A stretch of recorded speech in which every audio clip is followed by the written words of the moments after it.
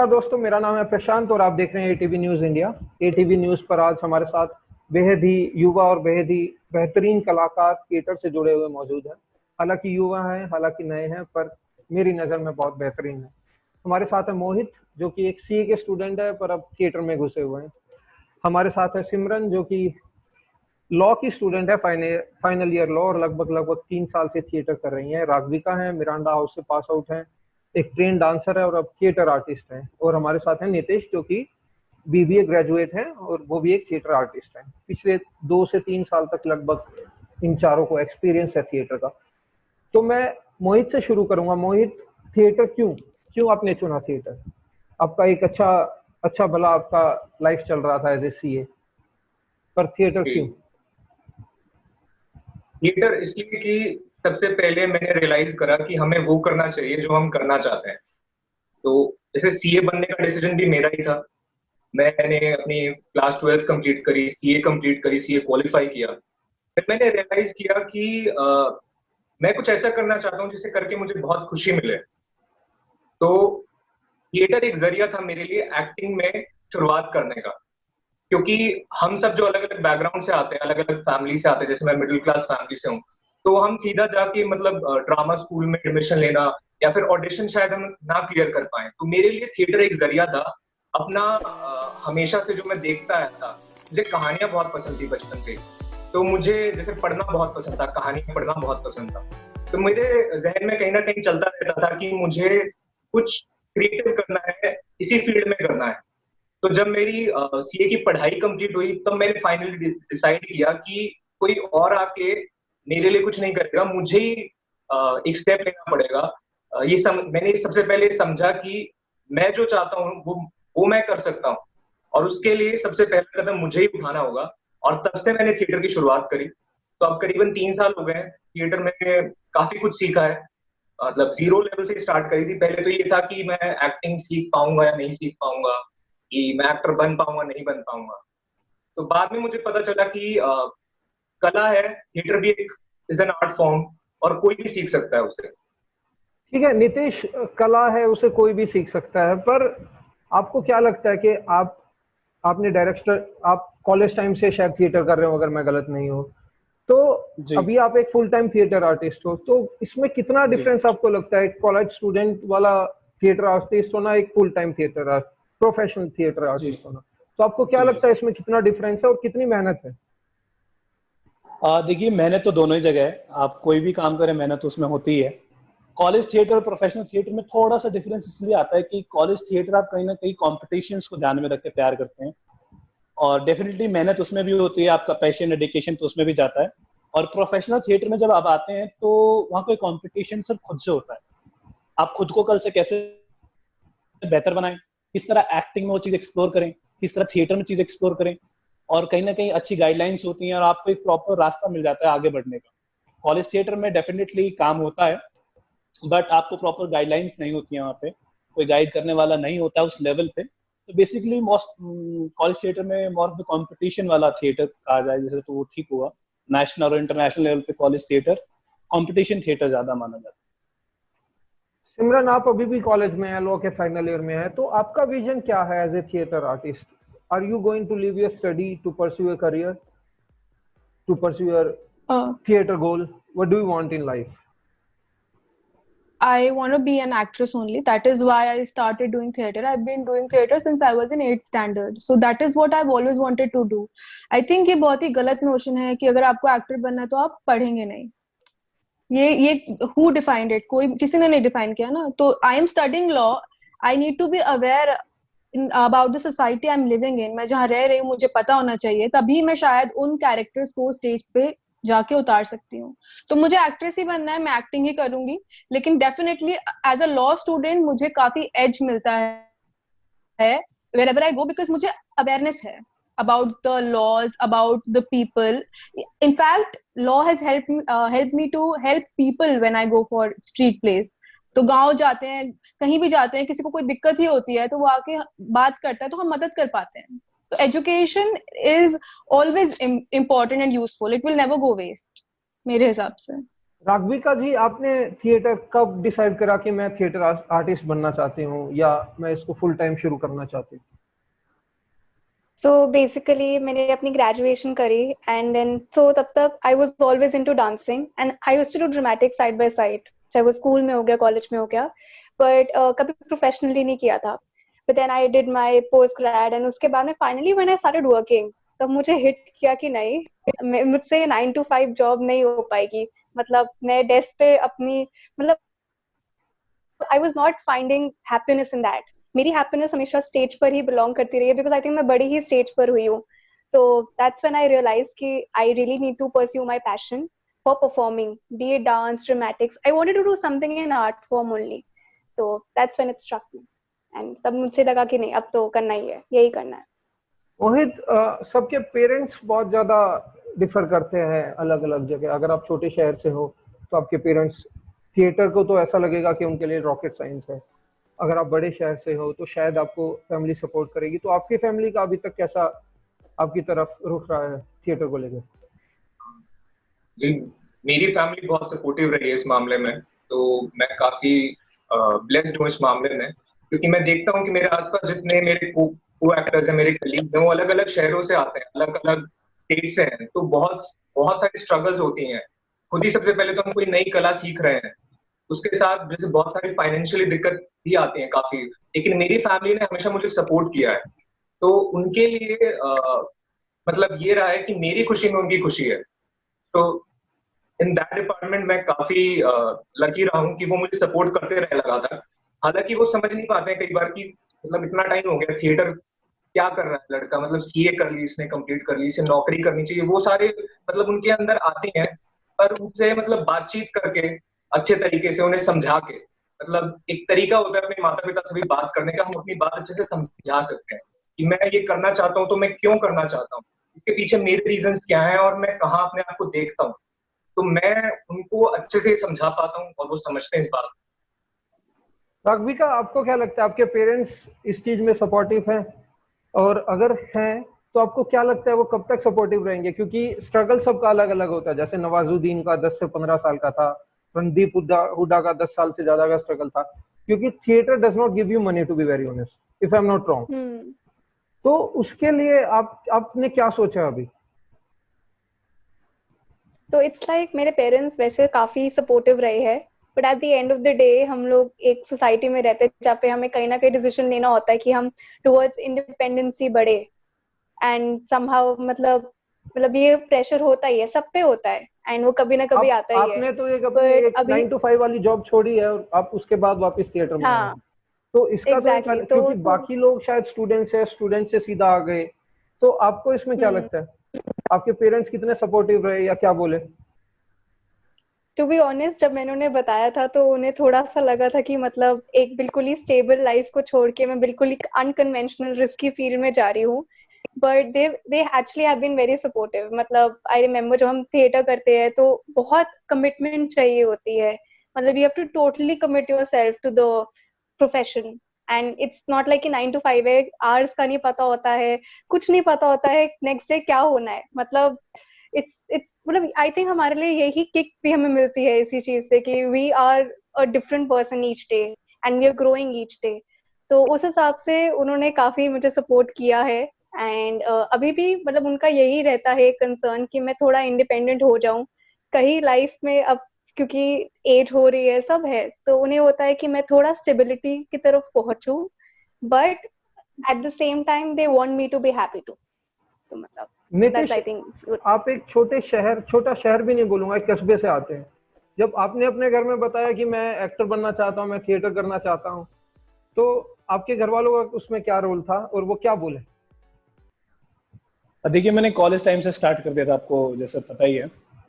तो उस टाइम तो उन्होंने बहुत ही मतलब ज्यादा सीरियस लिया नहीं कि ठीक है कॉलेज टाइम कर रहा है. और क्योंकि मैं स्कूल से ही स्टेज पे एक्टिव रहा हूँ, तो उन्हें लगा कि ये भी स्कूल की तरह कॉलेज में भी वही एक्टिव है स्टेज पे जैसे पहले था, तो कोई बड़ी डील नहीं है.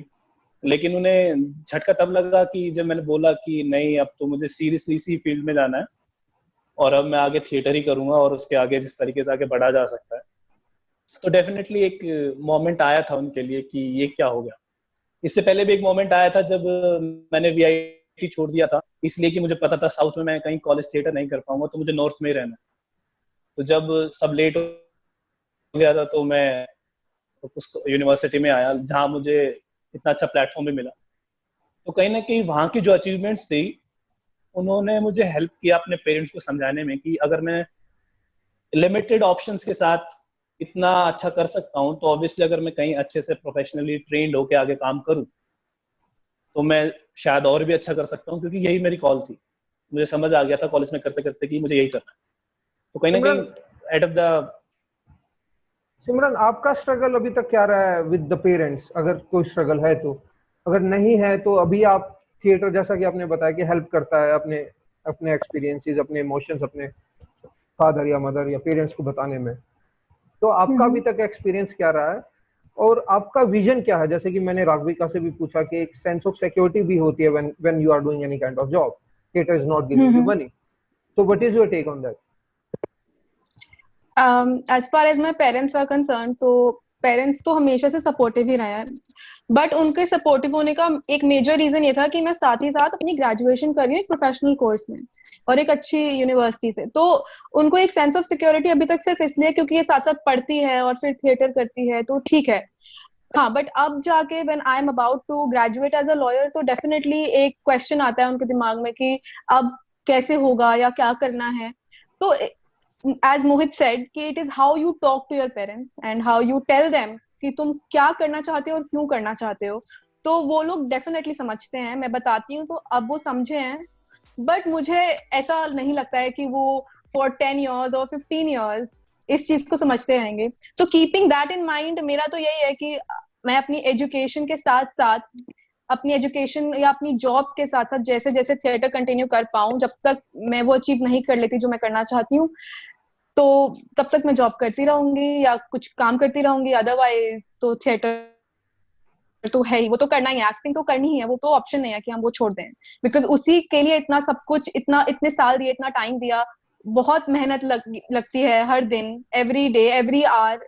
It's not just physical, it is also mental. So it's so much, a lot of things are involved when you are doing something with passion. देखने में बहुत आसान लगता है, but it is not that easy.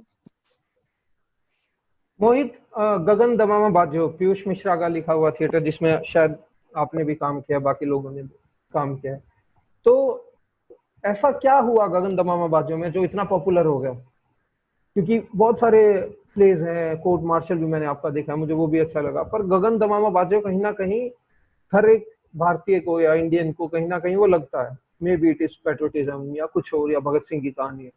तो आपको क्या लगा कि गगन दमामा बाजो के इतना बड़ा कैसे प्ले बन गया? जी, सबसे बड़ा रीजन तो यही है कि वो भगत सिंह की लाइफ पर है, और हम सब जैसे बचपन से बड़े होते हैं उन्हें लेजेंड के रूप में देखते हैं। एक नाम सुना होता है बचपन से, भगत सिंह, उनके बारे में ज्यादा कुछ पता नहीं होता, जैसे बाकी जो फ्रीडम फाइटर्स थे उन सबके बारे में बहुत कुछ पता था हमें। तो ये जो प्ले है गगन दमामा बाजो, इसमें भगत सिंह की ना सिर्फ कि वो दुनिया के सामने कैसा था, वो अपने दोस्तों के सामने कैसा था, वो अपने माँ बाप के सामने कैसा था, वो अपनी निजी जिंदगी में उसके क्या विचार थे, किन स्ट्रगल्स से वो निकला जिससे वो भगत सिंह बना। तो एक बहुत अच्छा तालमेल है पूरे गगन दमामा बाजो में, और एक म्यूजिकल प्ले भी है साथ साथ, तो ऑडियंस इसे बहुत अच्छे से एंजॉय कर पाती है, समझ पाती है एग्जैक्टली कि कोई व्यक्ति जो वहां तक पहुंचा उसके जहन में असल में क्या था। तो शायद इसका मतलब इसकी पॉपुलैरिटी का बहुत बड़ा रीजन यही है। सिमरन, आप कोई भी थिएटर ऑन स्टेज करते हो तो वो शायद 30 to 40 मिनट या मैक्सिमम 1 आवर का, जितने का भी उसका समय होता है करने का, पर उसके पीछे मेहनत बहुत ज्यादा लगती है। तो एक प्ले को करने में कितना टाइम लगता है और कितनी प्रैक्टिस लगती है और क्या क्या उसके पीछे की मेहनत रहती है? ऐसा कुछ फिक्स्ड नहीं है, क्योंकि अगर मैं कोई प्ले या कोई स्टोरी पहली बार कर रही हूँ और हमें 1 महीना दिया गया करने के लिए, तो हम कोशिश करते हैं कि उस 1 महीने में हर एक सेकंड, हर एक मिनट उस प्ले की तरफ डेडिकेट करके उसको अच्छे से ला पाए। लेकिन जब हम सेम प्ले दूसरी बार करते हैं तो कुछ नया निकल के आ जाता है, फिर जब हम तीसरी बार करते हैं तो कुछ नया निकल के आ जाता है। तो इसका कोई एंड नहीं है और इसकी कोई डेफिनेशन नहीं है परफेक्शन की कि हम कैसा करेंगे तो एकदम परफेक्ट हो जाएगा। तो इट्स बिकॉज हम इसमें ह्यूमन माइंड्स इन्वॉल्व हैं and human minds are continuously evolving, कोई मशीन नहीं है। कब क्या एक्सप्लोर कर ले, किस मिनट किसी बहुत ही बेसिक चीज करते करते हमारे एकदम एक बहुत ही अच्छा आइडिया आ जाता है। कभी कभी बहुत मेहनत करके ट्राई करते हैं कि कुछ क्रिएटिव हो पाए, नहीं हो पाता है। तो there is no defined period of time, but जो डिफाइंड मैं कह सकती हूँ कि हाँ ये डिफाइंड है, वो है मेहनत। हाँ ये मेहनत हम कर सकते हैं। तो ऐसा एक हफ्ते में भी हो जाता है, कई बार 2 दिन में भी किया है जब एकदम इमरजेंसी थी, कई बार 1 महीने में, 2 महीने में, 3 महीने में। तो there is no specific time. I think it's all your hard work. Nitish, कोई भी थिएटर आर्टिस्ट बनने के लिए आपको पहले बोला जाता है कि आपको पढ़ाई बहुत करनी पड़ेगी।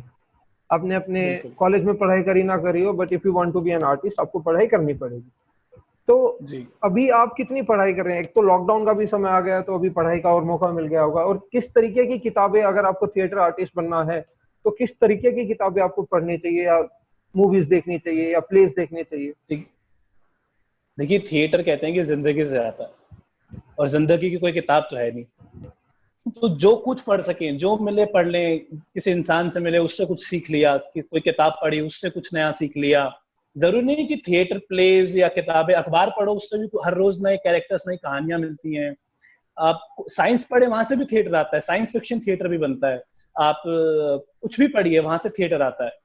अगर आप थिएटर आर्टिस्ट हैं और अपने आप को एज एन एक्टर इंप्रूव करना चाहते हैं, तो डेफिनेटली आप हो सकते हैं जितना ज्यादा पढ़ सकते हैं उतने ज्यादा प्लेस पढ़िए, जितने ज्यादा नॉवेल्स पढ़ सकते हैं पढ़िए, लिटरेचर पढ़िए, अच्छा अलग अलग लोगों के बारे में जानिए, नए राइटर्स को एक्सप्लोर कीजिए, नई मूवीज एक्सप्लोर कीजिए।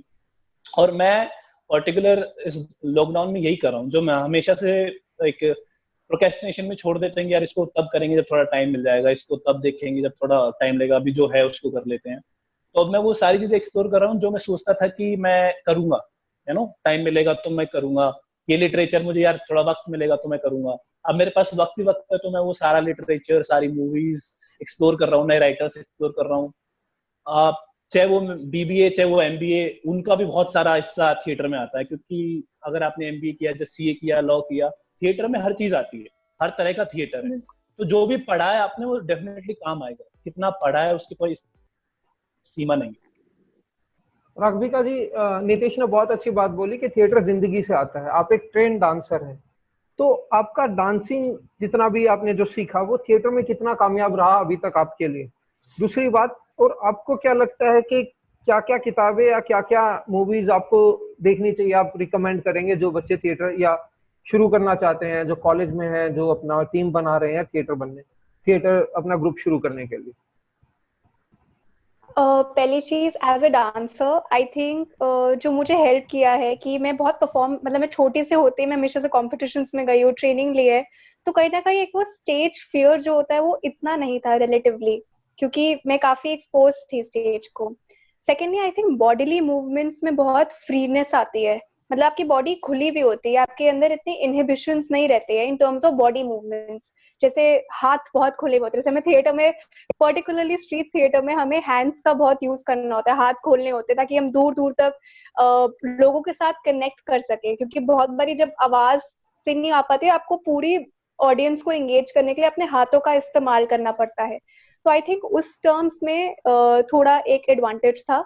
बाकी कोई भी आर्ट फॉर्म आप सीखे, it always helps you, it always grows you in some way और the other. Talking about movies and books, I think वैसे तो आप किसी भी मूवी से कुछ भी सीख सकते हैं, जैसे नितिश और जैसे मोहित सभी सब कह रहे हैं कि हर एक चीज से सीखा जा सकता है। हर एक किताब पढ़िए, हर एक कहानी पढ़िए, it will only help you. But अगर मुझे कुछ रेकमेंड करना था तो मैं ये करती कि जितनी भी ऑस्कर विनिंग फिल्म्स रही है, सबसे पहले आप उनसे शुरू कर सकते हैं। ऑफ कोर्स जो ऑस्कर फिल्म्स नहीं जीतते वो भी काफी बढ़िया होती है अपने आप में, नो डाउट, बट वो अपेरेंट रिलेटिवली क्रिटिकली अक्लेम्ड होती है, तो डेफिनेटली उनमें एक एज होगा, तो आप उनसे शुरुआत कर सकते हैं। Talking about literature, English literature जैसे मैंने कोर्स में भी करा है, काफी अपने आप में बहुत ही मतलब काफी कुछ है पढ़ने को। बट जो पॉपुलर राइटर्स है जैसे शेक्सपियर, आप उनके प्लेस पढ़ सकते हैं। आप classical European drama, Greek tragedies पढ़ सकते हैं।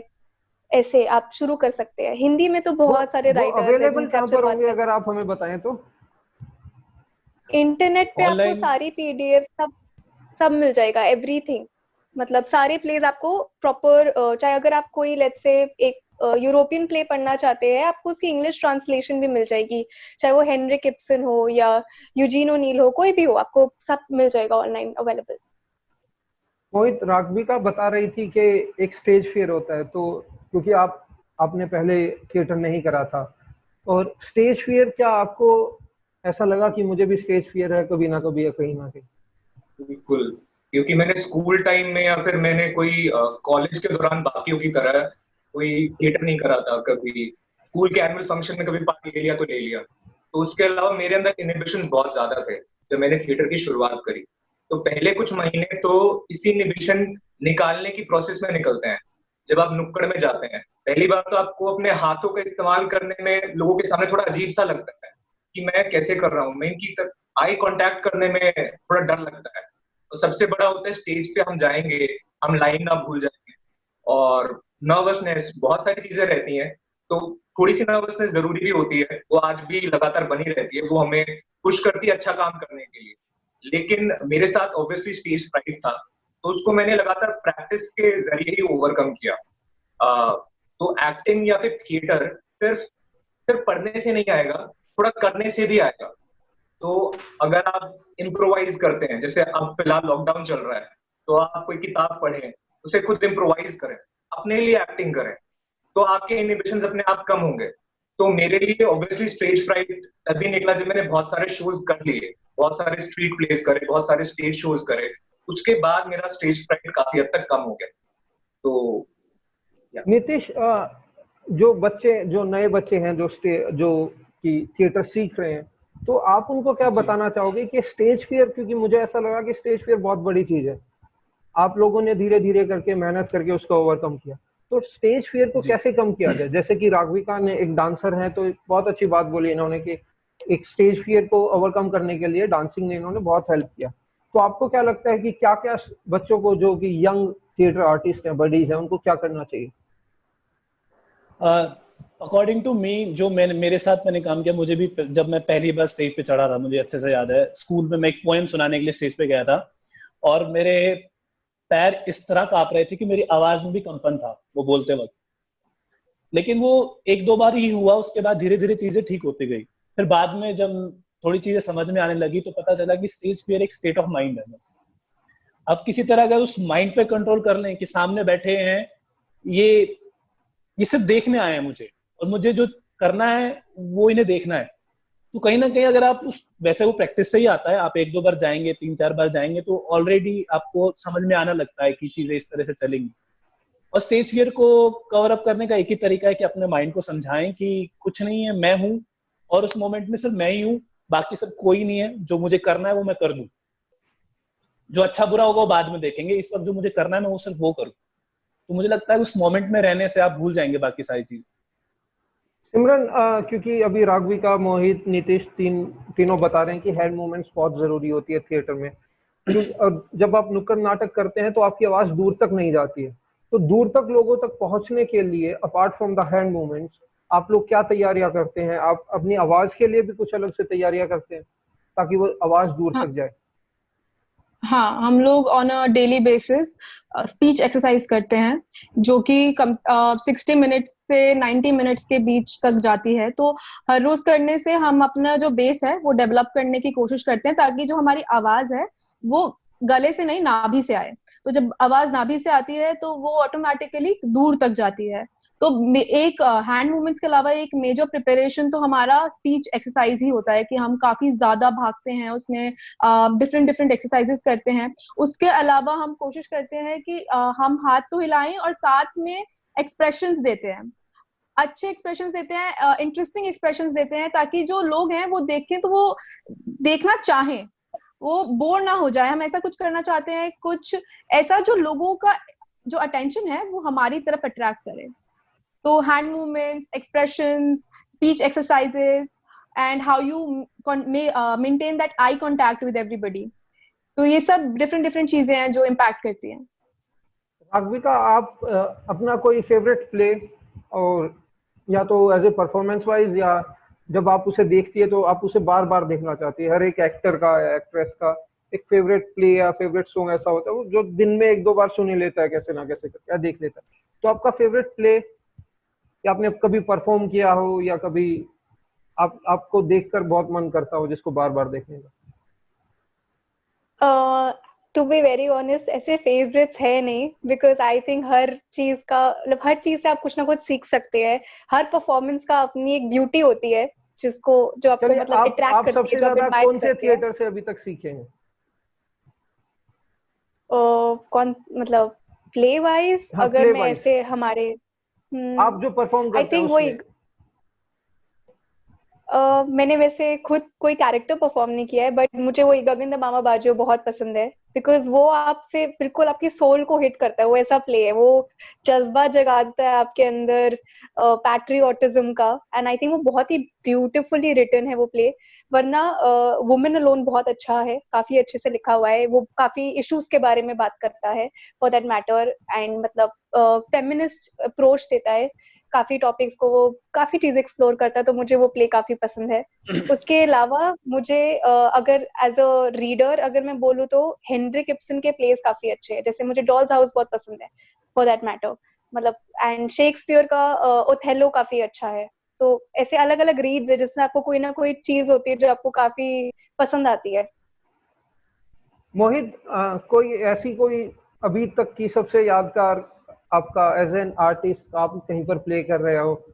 क्योंकि कई बार ऐसा होता है कि जब आप कहीं पर परफॉर्म करते हो तो जो जनता होती है, आपको देखने वाले होते हैं, या तो वो स्टैंडिंग ओवेशन देते हैं, वो कि अगर आप अच्छा थिएटर करते हो तो मिल जाते हो। कोई स्पेशल बंदा आपसे आकर मिले और आपकी परफॉर्मेंस की तारीफ करे, कभी कुछ ऐसा? जी, तो मैंने कुछ महीने पहले ही एक कहानी प्ले करी थी। उस कहानी का नाम है अप्रत्यक्ष। तो वो बात करती है ट्रांसजेंडर्स के बारे में। तो वो कहानी लिखी है हमारी डायरेक्टर ने, शिल्पी मारवा मैम ने लिखी है।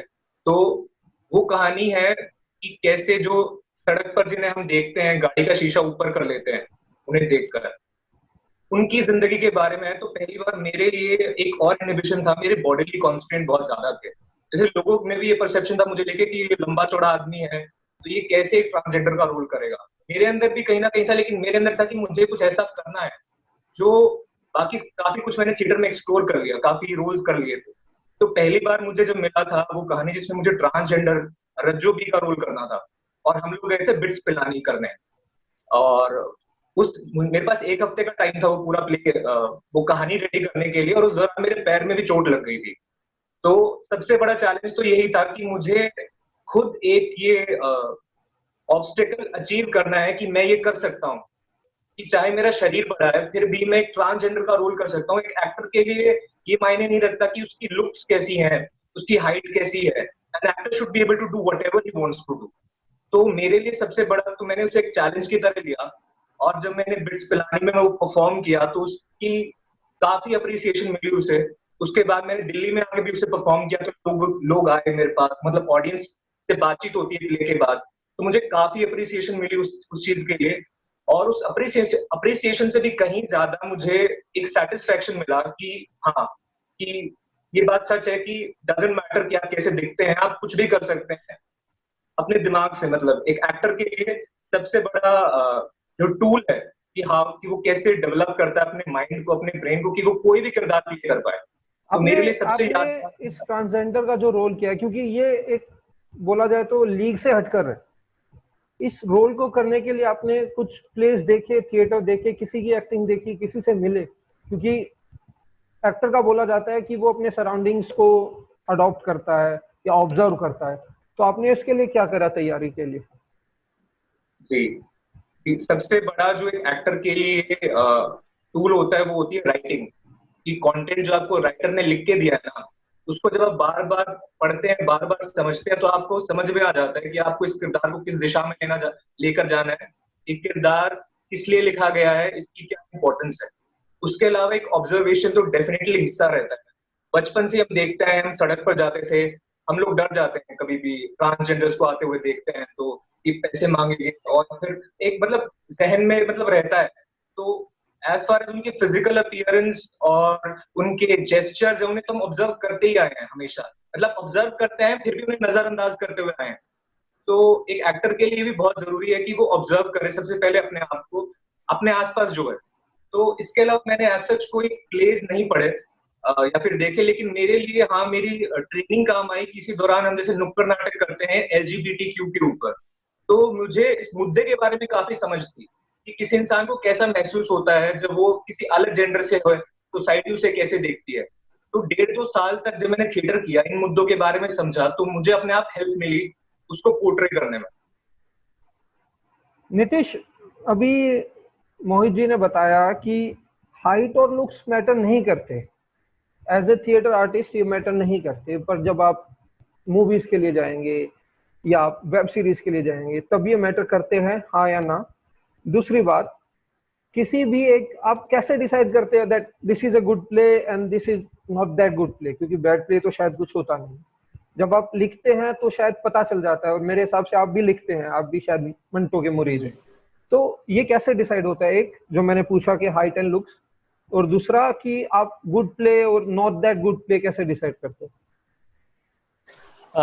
पहली बात कि लुक्स मैटर करता है या नहीं अगर आप आगे फिल्मों के लिए जाते हैं। देखिए, मुझे लगता है जो किरदार का एक लुक होता है किसी भी कैरेक्टर का, और उस कैरेक्टर के लुक के हिसाब से अगर आप मैच कर रहे हैं तो हाँ काम करता है लुक्स। अगर आप उस किरदार के लुक से मैच नहीं करते तो कोई मतलब नहीं आप कितने लंबे हैं, कितने खूबसूरत हैं, अगर आप किरदार से मैच नहीं कर रहे हैं तो लुक्स कोई काम की नहीं है। किरदार क्या है वो मैटर करता है आज के टाइम में, चाहे आप फिल्मों में चले जाएं चाहे थिएटर में चले जाएं। थिएटर में फिर भी एक गुंजाइश होती है कि आप बहुत सारी चीजें एक्सप्लोर करते हैं डिफरेंट डिफरेंट तरीके से, किरदार में भी।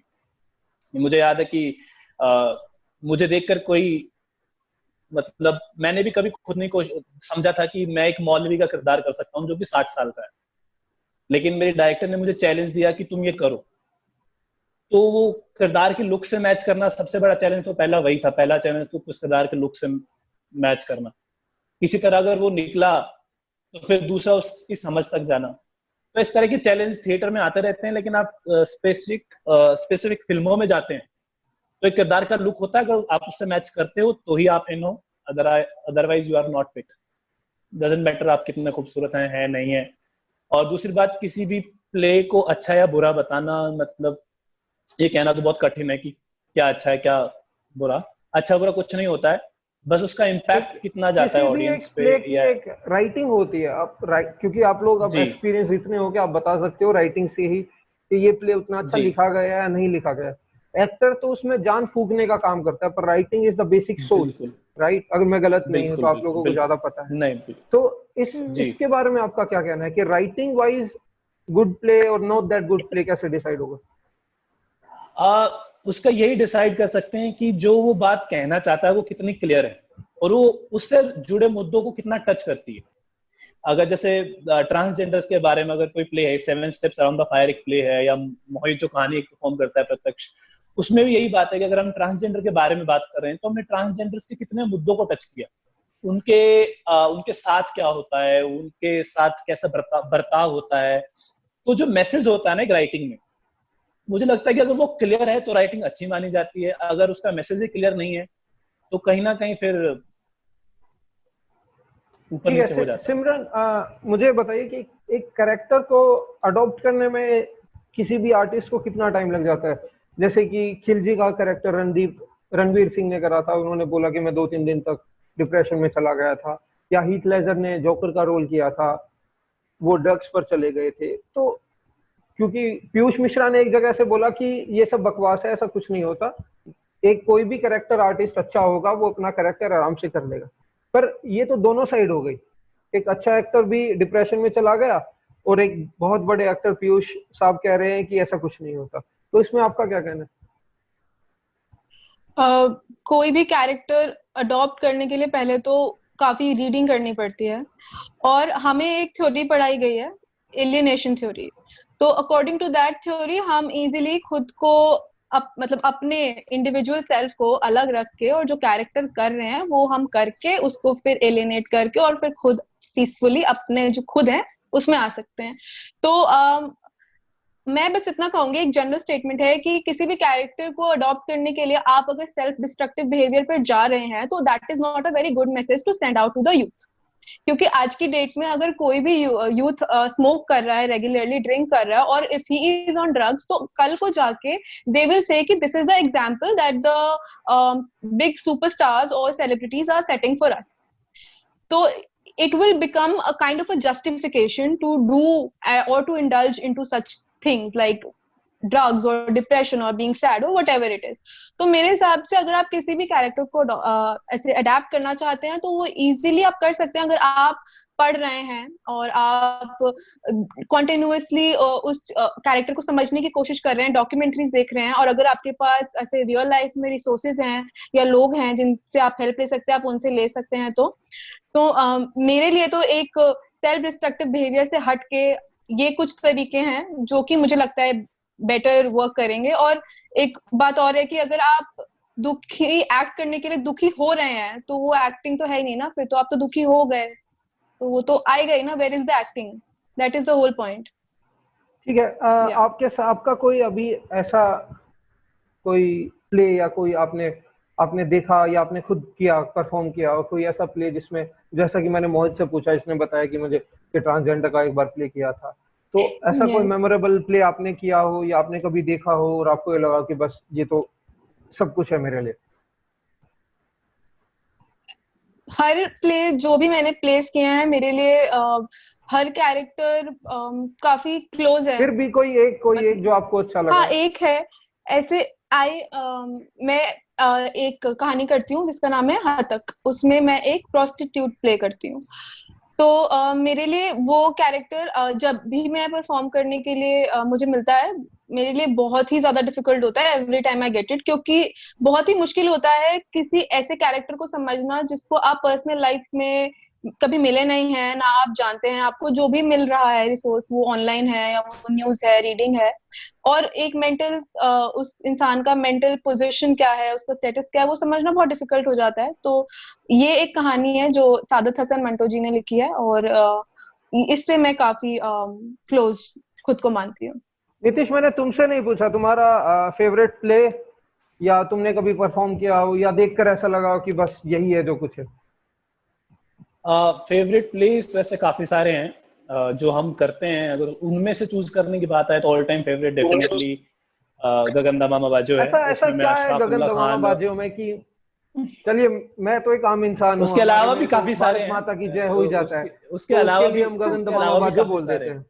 उसके अलावा कोई? उसके अलावा भी उसके अलावा भी काफी सारे हैं, लेकिन ऑल टाइम फेवरेट अगर एक प्ले को आप कभी भी देख सकते हैं, एक तो पीयूष मिश्रा जी की राइटिंग इतनी बेहद खूबसूरत है उसमें, और ऊपर से उसके जो म्यूजिकल प्ले है उसमें जिस तरीके से गाने लिखे गए हैं, ऊपर से जो किरदार लिखे गए हैं, उनकी बातचीत लिखी गई है, आप ऐसा रिलेट कर जाते हैं. जिस तरह भगत सिंह सुखदेव बात करते हैं वैसे ही बात करते हैं जैसे मैं या अपने किसी दोस्त से बात कर रहा हूँ. वही उनके मजाक हैं. वो थोड़ी भाषा चेंज हो सकती है उस वक्त के हिसाब से, पर बातचीत उनकी वही है. वही जो भगत सिंह सुखदेव बाकी सारे दोस्त, वही जो कहा जाए कि जो लड़के वाली बातें होती है वो वही करते थे. तो बहुत ही खूबसूरत तरीके से लिखा गया है. और इस प्ले में बहुत सारे किरदार इतने खूबसूरत लिखे गए हैं. राजगुरु का किरदार इतना खूबसूरत है, पंडित जी का किरदार इतना खूबसूरत है, भगत सिंह का तो है ही. तो उसके अलावा मुझे पर्सनली चंद्रशेखर आजाद का बहुत पसंद आया था उसमें रोल. हाँ, वो मैंने किया भी है, मतलब एक बार. तो मैंने तुम्हारे वाला नहीं देखा, मैं बच गया शायद. तो अच्छा, मेरा आखिरी सवाल है अब सबसे. सब मुझे अपने अपने दो फेवरेट प्ले और दो फेवरेट वेब सीरीज या मूवीज बताएंगे ताकि दर्शक भी देख सके और मैं भी देख सकूं. मोहित से शुरू करते हैं. जी, तो अभी मैंने रिसेंटली जो देखा है Amazon प्राइम पे, पाताल लोक, एक बहुत अच्छा. वो मैं देख चुका हूँ. अब और कोई बताओ. नेटफ्लिक्स पे अनऑर्थोडॉक्स आप देख सकते हैं. कौन सा? वो काफी अनऑर्थोडॉक्स. ओके. तो it's a very good watch. उसके अलावा नेटफ्लिक्स पे आप देख सकते हैं कुछ पुरानी मूवीज बहुत अच्छी हैं, जैसे मंडी है, बाजार है. तो ये बहुत अच्छी अच्छी मूवीज हैं जो आप देख सकते हैं. एज एन एक्टर भी और एज एन नॉर्मल ऑडियंस भी आपको काफी कुछ देखने को अलग हटके मिलेगा इनमें. राघवी क्या मूवी लोग मत बताना यार. नहीं, मूवी में कहूंगी विप्लैश. वो बहुत इंकरेजिंग लगती है मुझे मूवी, काफी मतलब जोश से करती है वो मूवी. उसके अलावा आई थिंक बहुत सारी ब्यूटीफुल मूवीज है. आप वो देख लीजिए, अल पचिनो की है। कौन सी थी, मैं नाम भूल गई। Somebody help me यार, जिसमें he played the character of the blind guy. No, I don't know. Scent of a woman. Scent of a woman. Scent of a woman. Scent of a Exactly, woman. Scent of a woman. हाँ, otherwise Joker है, and अभी recently Oscar winning जो movie रही है Parasite, ऐसे बहुत different movies आप देख सकते हैं। Shows में I would definitely recommend Game of Thrones. I know काफी cliche है, but I think there's filmmaker as an audience you can learn from that show. It's a film school in itself. मतलब जो उन्होंने जिस grand scale पे एक ना epic show बनाया है, इट्स वंडरफुल। नहीं, ऐसे तो रामायण और महाभारत का भी मैं नाम लेना चाहूंगा। वो भी काफी बड़े एपिक शोज हैं। ठीक है नीतीश। हाँ, आप नेटफ्लिक्स पे सीरीज देख सकते हैं, किंगडम, एक कोरियन सिनेमा है वो, और बहुत ही खूबसूरत तरीके से लिखा गया है। और किंगडम मूवीज तो बहुत सारी हैं। जैसे मैं अगर बात करूं तो आप माय लेफ्ट फुट देखिए, डेनियल डे लुइस की, और उसके अलावा लिंकन है उन्हीं की। अल पचिनो की अगर आप बात करें तो स्कारफेस, उन्होंने बहुत खूबसूरत एक्टिंग किया उसमें। अगर इंडिया में इंडियन सिनेमा की बात करें तो आप प्यासा देखिए, हाफ टिकट देखिए, पुरानी मूवी, बहुत ही मतलब ऑल टाइम फेवरेट्स में से आती है। तो ऐसे बहुत सारी सिनेमा में मूवीज हैं जो आप देख सकते। वेब सीरीज है एक नेटफ्लिक्स पे, अनबिलीवेबल। वो काफी अच्छी है। हाँ, it talks about rape and different crimes against women. And movie में अ ब्यूटीफुल माइंड, बहुत ही खूबसूरत मूवी है, तो मेरे हिसाब से आपको ये देखनी चाहिए। मैं एक सवाल सबसे करना चाहता हूँ कि आप लोग इंग्लिश का प्ले प्रेफर करते हैं या हिंदी का प्ले? राघविका से शुरू करते हैं। आई थिंक दोनों ही बहुत इम्पोर्टेंट है। मैं दोनों पढ़ती रहती हूँ। You are the student of English literature, right? English, पर आप हिंदी वाले प्ले प्रेफर, अभी आप परफॉर्मेंस वाइज हिंदी वाले प्ले कर रहे हैं? हाँ जी, हाँ जी, थिएटर हिंदी ही करा है मैंने तो। ऐसा क्यों? बट मैंने एज अ रीडर, मतलब बिकॉज हमने हमेशा मैंने हिंदी थिएटर ही परस्यू करा है, इंग्लिश कभी इतना चांस बना नहीं। Plus English theatre I think India में काफी कम स्केल पे भी होता है फॉर दैट मैटर। बट हाँ, कभी मौका बना तो डेफिनेटली मैं करना चाहूंगी। मतलब ब्रॉडवे शायद मैं कभी जिंदगी में ड्रीम करूं, मतलब करती ही हूँ। आई थिंक एक बार ही तो मन है, और कुछ नहीं, आप फिर जाके खड़ी होके देख ही लूंगी, इफ नॉट एनीथिंग। बट हाँ, मैं दोनों प्लेस पढ़ती रहती हूँ, B it Hindi B it English. I think दोनों इक्वली इंपॉर्टेंट है। सारी लैंग्वेजेस आप जो भी सीखते हैं एज एन एक्टर, मतलब जितनी लैंग्वेजेस आप सीखे, जो भी आप सीखे, it only helps you grow as an actor. Mohit, Piyush Mishra का नाम हम सबको पता है क्योंकि वो बॉलीवुड में चले गए। तो ऐसे कोई एक्टर या थिएटर आर्टिस्ट या ऐसे प्लेज जो बॉलीवुड में नहीं पहुंच पाए पर बहुत अच्छे हैं, जो कि आप रिकमेंड करना चाहते हो या बताना चाहते हो, जिनके बारे में कुछ? Theatre pledge? जी, प्लेज या कोई ऐसे एक्टर्स जो आप खुद जिनको जाकर देखते हो। देखिए, एज सच थिएटर एक्टर्स की जहां तक बात करें, आजकल काफी लोग थिएटर एक्टर्स सिनेमा में भी जा रहे हैं। धीरे धीरे अपॉर्चुनिटीज काफी बढ़ रही हैं, इंक्रीज हो रही हैं। तो एज सच कोई एक व्यक्ति ने जिसे मैं लुक अप टू करता हूँ कि इस व्यक्ति को जाना चाहिए या नहीं जाना चाहिए, तो उसके अलावा बहुत सारे स्टेज प्लेज हम जो पढ़ते हैं, तो वो उनका आने का स्कोप है। बाकी काफी अच्छी राइटिंग आज के टाइम पे आ रही है जो हम वेब सीरीज वगैरह में देख रहे हैं। तो एज सच कोई एक पर्टिकुलर चीज आप इस मामले में मुझे नहीं लगता पिक आउट कर पाएंगे। बैरी जोन्स, सिमरन, बैरी जोन्स का नाम काफी ज्यादा शुरू हुआ था, बैरी जोन्स थिएटर। तो वहां से बहुत सारे थिएटर आर्टिस्ट भी निकले। तो अगर आपको मौका मिला तो आप बैरी जोन्स के साथ उनका थिएटर ज्वाइन करना चाहते हैं, या आप जिस थिएटर में है वो भी अच्छा थिएटर है? आउट ऑफ द देखिए फिलहाल वेरी कैजुअल। देखिए फिलहाल मैं जहाँ पे हूँ, जहाँ मैं रही हूँ 3 साल, मैंने यहाँ पर बहुत कुछ पहली बात तो सीखा है। और हर थिएटर ग्रुप का या हर एक्टिंग स्कूल का एक डिफरेंट वे ऑफ वर्किंग होता है। अब अगर आप this is a theatre group जहाँ पर मैं हूँ अभी, और आप जहाँ की बात करें वो एक एक्टिंग स्कूल है, तो दोनों में एक तो पहले बात तो डिफरेंस ही बहुत आ जाता है। एकदम दोनों अलग चीजें हैं। वहां पर आपको स्कूल की तरह एक्टिंग पढ़ाई जाएगी, यहाँ पर हमको एक्टिंग सिखाते सिखाते कराई जाती है। तो मुझे अगर ऐसे आप बोलेंगे तो मैं तो कहूंगी कि जिसके साथ भी मुझे काम करने का मौका मिलेगा मैं तो कर ही लूंगी, मैं तो चाहती हूँ, मैं तो सीख ही इसलिए रही हूँ। लेकिन हाँ, फिलहाल जहाँ मैं काम कर रही हूँ, यहाँ काम करने का तरीका मुझे बहुत अच्छा लगता है। और यहाँ सिर्फ आप सीख नहीं रहे हैं, आप जो सीख रहे हैं आपको अगले हफ्ते ही मौका मिल जाता है, आप चले जाइए स्टेज पे और करके देख लीजिए जो आपने सीखा है वो आपसे हो पा रहा है, नहीं हो पा रहा है, नहीं हो पा रहा है तो चलो ठीक है, फिर एक और हफ्ता है, फिर देख लीजिए। तो you're constantly getting the chance to see if you're learning the right thing or if you're not able to learn it or if you want to work on it। आपके पास एक टीचर है जो हमेशा अवेलेबल है, आप कभी भी जाके उनसे आप पूछ सकते हैं कि ये हमसे नहीं हो पा रहा है। तो बहुत डिफरेंस है, लेकिन मैं जहाँ हूँ मैं वहाँ बहुत खुश हूँ फिलहाल। नितिश, इंग्लिश प्ले या हिंदी प्ले, और हिंदी प्ले तो क्यों हिंदी प्ले? नहीं, पढ़ रहे हैं एज एन एक्टर, हम सब पढ़ते हैं, हिंदी भी पढ़ते हैं, इंग्लिश भी पढ़ते हैं, ग्रीक ट्रेजेडी भी पढ़ते हैं। पर आप लोग सभी आप लोग मोस्टली अंग्रेजी की वेब सीरीज सजेस्ट करिए, तो इसीलिए मैं पूछ रहा हूँ, अंग्रेजी की वेब सीरीज आप सुझाव देते हुए आप हिंदी का प्ले कर रहे हो। देखिए, इंडिया में वेब सीरीज का चलन अभी आया है, नहीं वेब सीरीज या मूवीज या कुछ भी आप बात बता दें मुझे। तो आप मतलब मैं क्या बताऊं, मैं समझा नहीं आपका सवाल कि एग्जैक्टली मेरा सवाल ये है कि आप हिंदी प्ले या इंग्लिश प्ले दोनों में से किसे प्रेफर करते हैं, नंबर 1। नंबर 2 कि अगर आप हिंदी प्ले या इंग्लिश प्ले को प्रेफर करते हो तो क्यों कर रहे हो? क्योंकि वो लार्जर ऑडियंस तक पहुंच रहा है क्या, इसलिए? एग्जैक्टली, इंडिया में हिंदी प्लेज इसलिए चुने जाते हैं कि हमारे यहाँ इंग्लिश की ऑडियंस अभी शहरों में कम है। अगर दिल्ली जैसे शहर में भी इंग्लिश थिएटर की ऑडियंस काफी कम है, टू बी वेरी ऑनेस्ट, है पर बहुत कम। तो इसलिए करने वाले ये सोचते हैं कि हम जितनी ज्यादा ऑडियंस तक पहुंच सके उतना अच्छा है।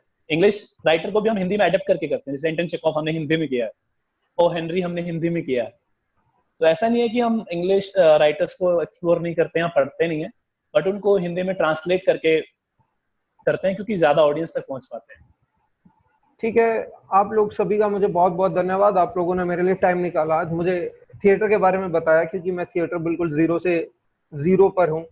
थोड़ी सी नॉलेज अब मुझे थिएटर पर हुई है। मैं आपसे और भी डिस्कशन करूंगा ताकि मुझे मैं 0 से 1 और 2 और 3 पर आऊं। और मेरा आपसे बहुत बहुत एक चीज को लेकर और धन्यवाद है कि आपने मुझे नई वेब सीरीज बताई, हमारे दर्शकों को नई वेब सीरीज और मूवीज बताई है जो कि हम लोग देख सकें। आपका बहुत बहुत धन्यवाद, आप सब हमसे जुड़े। Thank you for having us. Thank you.